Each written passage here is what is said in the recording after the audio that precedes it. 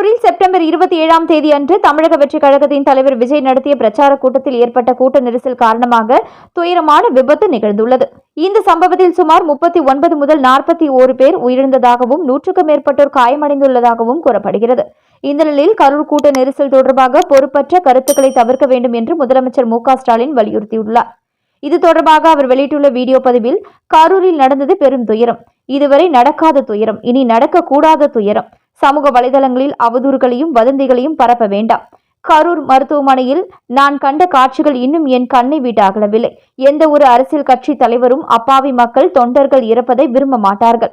உயிரிழந்தவர்கள் எந்த கட்சியை சார்ந்தவர்களாக இருந்தாலும் அவர்கள் நம் தமிழ் உறவுகள். அனைவரும் பொறுப்புடன் நடந்து கொள்ள வேண்டும். பொறுப்பற்ற முறையில் விஷமத்தனமான கருத்துக்களை பரப்புவதை தவிருங்கள்.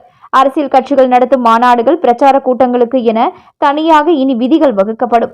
அனைவரும் மக்களின் நலனுக்காக செயல்பட வேண்டும். தமிழ்நாடு எப்பொழுதும் முன்னோடியாக இருந்து வருகிறது. இனிமேல் இதுபோன்ற சம்பவங்கள் நடக்கக்கூடாது.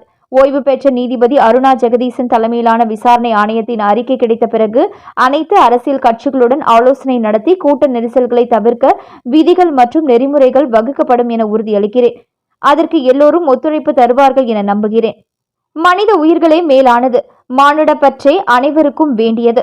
அரசியல் மற்றும் கொள்கை முரண்பாடுகள், தனிமனித பகை என அனைத்தையும் விலக்கி வைத்துவிட்டு எல்லோரும் மக்களுடைய நலனுக்காக சிந்தியுங்கள். இனி இதுபோன்ற நிகழ்வுகள் நடக்காமல் தடுப்பது நம் அனைவரது கடமை. இவ்வாறு முதலமைச்சர் மு.க. ஸ்டாலின் தெரிவித்துள்ளார்.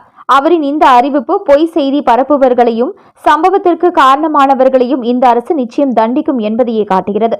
இதுபோன்ற முக்கிய செய்திகளை உடனுக்குடன் நீங்க தெரிஞ்சுக்கணும்னா நியூஸ் இன்ஃபோ தமிழ் சேனலை சப்ஸ்கிரைப் பண்ணிக்கோங்க. உடனுக்குடன் அப்டேட்ஸ்க்கு பக்கத்தில் இருக்கக்கூடிய பெல் பட்டனையும் கிளிக் பண்ணிக்கோங்க.